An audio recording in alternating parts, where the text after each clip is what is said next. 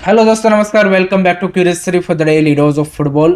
तो सबसे पहले बात करते हैं आज खेले जाने वाले इंडिया अंडर 17 के डू और डाई गेम के बारे में, कि जहां पे उज्बेकिस्तान को वो टेक ऑन कर रहे हैं and FIFA under 17 world cup qualify करने के लिए this is their last chance.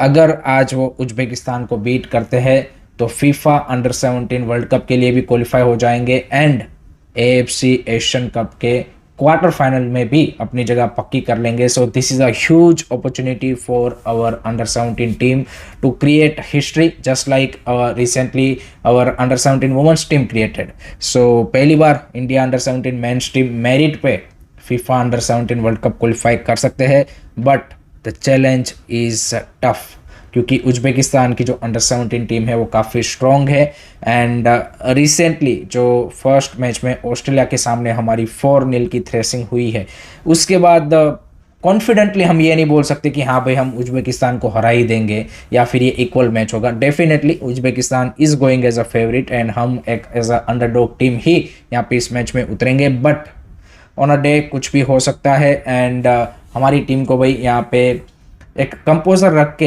End game को आई वुड से कि जो मोमेंट्स है उसमें भाई यहाँ पे अगर वो बेटर कर पाते हैं then we have a chance. जैसे अगर आपको याद होगा तो जब एशियन कप क्वालिफायर्स में वो ईरान के सामने मैच था एंड उसमें जिस तरीके से परफॉर्मेंस दी थी, similar kind of A performance आपको रिपीट करनी पड़ेगी।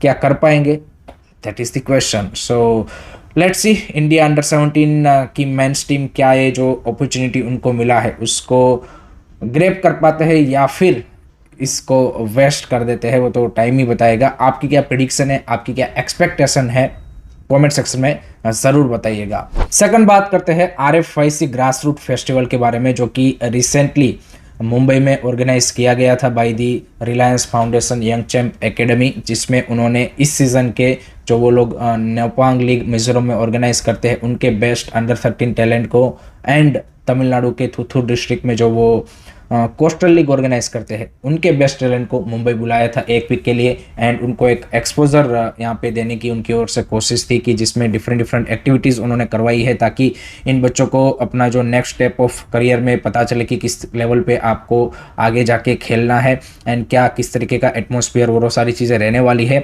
मैंने पर्सनली इस ग्रास रूट फेस्टिवल को अटेंड किया था मुंबई में, पूरा इवेंट मैंने कवर किया था, उसका वीडियो भी चैनल पे आ चुका है, आप देखिए, लिंक डिस्क्रिप्शन में डाल दिया है उस वीडियो का। आपको आइडिया लगेगा कि किस तरीके से ग्रास रूट में आपको काम करने की ज़रूरत है, तभी जाके आपका जो टैलेंट है वो इम्प्रूव हो पाएगा। क्योंकि जितना ज़्यादा आपके grass root and youth football को आप कॉम्पिटिटिव बनाएंगे उतने ही चांसेस है कि आपके जो प्लेयर्स है जब वो यहाँ पे एशियन लेवल या फिर इंटरनेशनल लेवल पे खेले तो यहाँ पे जो स्ट्रॉन्गर टीमें हैं उनके सामने बेटर परफॉर्मेंस पुटअप कर पाए। जो अभी हम देखते हैं कि भाई हमारे जो चाहे अंडर 17 अंडर 20 और वो सब प्लेयर्स जब एशियन कप खेलते हैं तो मेंटली भाई वो उतने प्रिपेयर नहीं होते, but I think in this kind of A you can say कि इवेंट्स आपके प्लेयरों को वो मेंटली भी स्ट्रॉन्ग करता है क्योंकि आप एक अपने कंफर्ट जोन से बाहर निकलते हो। सो पूरा इवेंट कवर किया है, ज़रूर चेक कीजिए, अपना ओपिनियन दीजिए and it was a great event organised by the RFIC।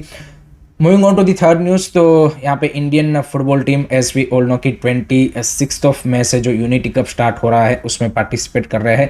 उसके बाद जो जून वाली फीफा विंडो है उसमें भी AFF प्लान कर रहा है कि टीम के लिए मैचेस का अरेंजमेंट किया जाए, जिसमें अभी एक ट्राई नेशन टूर्नामेंट की बात चल रही है इन सेंट्रल एशियन कंट्री की, वहाँ पे उनके साथ एक ट्राई नेशन टूर्नामेंट खेला जाए। युगांडा के साथ भी बीच में यहाँ पे रूमर्स आए थे कि उनके साथ भी यहाँ पे मैचेस हो सकते हैं, तो मल्टीपल टॉक्स हुए हैं, बट चांसेस है कि सेंट्रल एशियन कंट्रीज़ के साथ एक ट्राई नेशन टूर्नामेंट टीम जो ये जून वाली फीफा विंडो है उसमें खेले एंड देन आपका जो सीज़न ब्रेक है वो यहाँ पे प्लेयरों को मिलेगा। सो दैट इज़ गुड, यहाँ पे आपको 2-3 और एक्स्ट्रा मैचेस मिल रहे हैं इंटरनेशनल लेवल पे, so that's good. But the main part is कि चाहे ये यूनिटी कप हो या फिर उसके बाद ये ट्राई नेशन टूर्नामेंट हो, क्या Khalid Jamil and AIFF and पूरा जो नेशनल टीम का सेटअप है, नेशनल टीम के डायरेक्टर या फिर जो भी लोग नेशनल टीम के साथ इन्वॉल्व है, उनका कोई लॉन्ग टर्म प्लान है with national team? That is the most important part, because आपके लिए सबसे इंपॉर्टेंट चीज़ है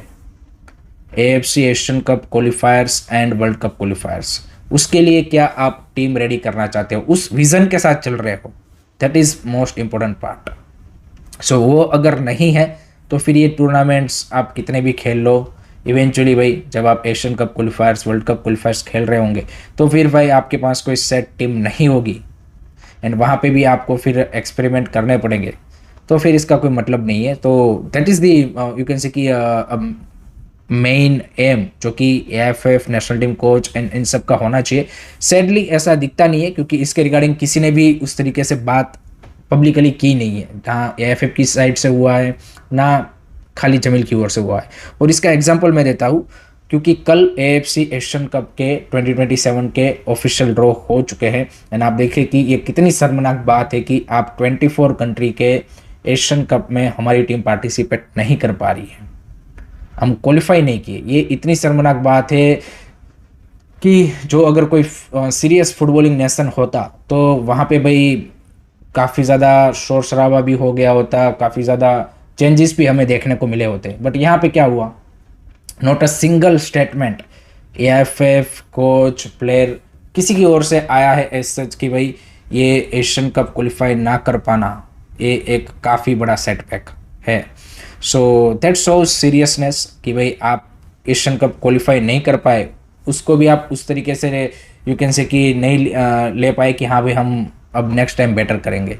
तो इससे ये लगता है कि भाई सीरियसनेस उतनी नहीं है। बट अगर हम एशियन कप के ड्रॉ की बात करें तो इंटरेस्टिंग ड्रॉ निकल के आया है कि जहाँ पे जो डिफेंडिंग चैंपियन है Qatar, they are in a same group with mighty Japan, so वो एक मज़ेदार ग्रुप है। देन जो वर्ल्ड कप के इस बार के दो डेब्यूटेंट कंट्रीज है उज्बेकिस्तान एंड जॉर्डन, वो भी सेम ग्रुप में है। होस्ट जो सऊदी अरेबिया है उनको एक रिलेटिवली ईजी ग्रुप आप बोल सकते हैं कि मिला है। Then Australia also get a relatively easy group and it is gonna be a exciting tournament in 2027 जनवरी जब ये सऊदी में खेला जाएगा। अनफॉर्चुनेटली हमारी टीम नहीं होगी and that is the sad part. And next Asian cup 2031 में, क्योंकि एएफसी फीफा यहाँ पे शेड्यूल में एंड कैलेंडर में चेंज कर रहे हैं तो 31 में नहीं होगा, मे बी 32 में होने के चांसेस ज़्यादा है। तो आप देखिए कि 2023 टू 2032 9 साल आपकी टीम बीच में भाई कोई कॉन्टिनेंटल लेवल टूर्नामेंट ही नहीं खेलेंगे।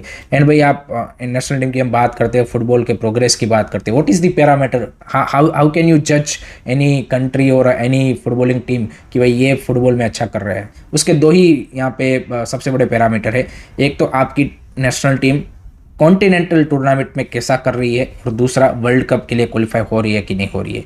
ये दो पैरामीटर में अगर आपकी टीम सही है तो आप बोल सकते हो कि हाँ भाई इस कंट्री की फुटबॉल टीम या फिर इस कंट्री में फुटबॉल है वो एक अच्छे लेवल पे है। अनफॉर्चुनेटली हमारे यहाँ पे ऐसा कोई सीन अभी तो है नहीं and next couple of years में भी दिख नहीं रहा है। So that is the reality. यहाँ पे आप बाकी सारी चीज़ें कोई क्या बोल रहा है उसको मत देखो, ये दो चीज़ें भाई यहाँ पे आप देख लो, आपको पता चल जाएगा कि भाई कंट्री का फुटबॉल का सीन क्या है। आपके क्या थॉट्स है, आपकी क्या ओपिनियन है, कमेंट सेक्शन में ज़रूर बताइएगा। नेक्स्ट उसके बाद बात करते हैं कल खेले गए आईएसएल के मैचेस के बारे में, क्योंकि कल जो रिजल्ट निकल के आए हैं उससे आईएसएल की टाइटल रेस भाई और ज़्यादा इंटरेस्टिंग बन चुकी है। क्योंकि कल गोवा ने भाई मोहन बगान को 1-1 से ड्रॉ पे रोक लिया एंड इससे भाई जो मोहन बगान के पास एक अपॉर्चुनिटी था टाइटल रेस में ईस्ट बंगाल, जमशेदपुर इन सब से एडवांटेज लेने का, वो कहीं ना कहीं उन्होंने गवा दिया है। क्योंकि now East Bengal and Mohun Bagan has the same point in same matches. So वो कहीं ना कहीं यहाँ पे कोलकाता के दोनों जायंट्स इक्वल लेवल पे आ चुके हैं एंड कोलकाता डार्बी अब और ज़्यादा भाई यहाँ पे डिसाइडिंग फैक्टर होगा कि कौन यहाँ पे आईएसएल के टाइटल के लिए सबसे ज़्यादा स्ट्रॉन्ग कंटेंडर है। On the other side Jamshedpur कल भाई 1-0 से बेंगलुरु एफसी के सामने अपने ही घर पे हारा है, तो उनका इस सीज़न का जो एक होम अनबीटन रिकॉर्ड था उसको भी बेंगलुरु एफसी ने ब्रेक किया है एंड बेंगलुरु एफसी ने ऑलमोस्ट ये इंश्योर कर दिया है कि भाई जमशेदपुर भी अब टाइटल के लिए नहीं जा सकता। क्योंकि वहाँ पे ईस्ट बंगाल एंड मोहन बगान के मैथमेटिकली भी अगर आप देखें तो ज़्यादा चांसेस है compare to you can say कि जमशेदपुर। सो अब आप बोल सकते हो कि title race in a way East Bengal and Mohun Bagan के बीच में ज़्यादा है compare to Jamshedpur, Goa, Mumbai, Bengaluru FC, इन सब का चांसेस अभी कम लग रहा है। नो डाउट होने को कुछ भी हो सकता है but at the moment it is between Mohun Bagan and East Bengal. So Kolkata derby is gonna be the deciding factor कि भाई कौन होगा इस सीज़न का आईएसएल का विनर। सो आई थिंक जो लास्ट मैच डे है वो काफ़ी ज़्यादा यहाँ पे एक्साइटिंग होने वाला है। आपके क्या थॉट्स है, आपकी क्या ओपिनियन है, कमेंट सेक्शन में ज़रूर शेयर कीजिएगा। लास्ट में बात करते हैं वर्ल्ड फुटबॉल के बारे में। तो भाई title race of premier league is now at a really interesting phase, because कल मैनचेस्टर सिटी ने जो 3-0 से ब्रेंटफोर्ड को हराया, उससे भाई आर्सेनल के ऊपर उन्होंने प्रेशर बनाने की कोशिश की है। नो डाउट आर्सेनल का जो प्रीमियर लीग का टाइटल का चांस है वो अभी भी उनके हाथ में ही है। एंड आज जो वेस्ट हैम के सामने मैच है, I think that is gonna be the deciding factor. आज अगर आर्सेनल उनको हरा देता है देन ऑलमोस्ट सर्टेन मानिए कि भाई Arsenal is gonna win the league. And West Ham क्योंकि रेलीगेशन बैटल में है तो भाई वो भी अपना जी जान लगा देंगे कि भाई कैसे भी करके यहाँ पे पॉइंट हासिल करे। सो this is gonna be a interesting match. उसके अलावा कल लिवरपूल वर्सेस चेल्सी का भी मैच था जो कि 1-1 से ड्रॉ रहा।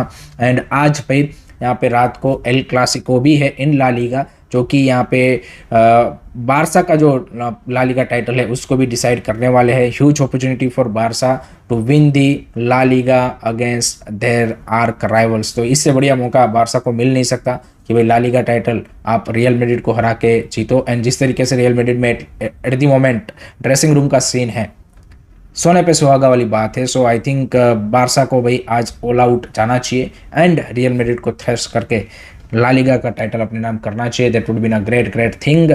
सो that's it from my side guys regarding today's football news. I hope कि आपको वीडियो पसंद आया होगा। Keep supporting this channel, don't forget to like, share and subscribe curious study. जय हिंद, जय भारत।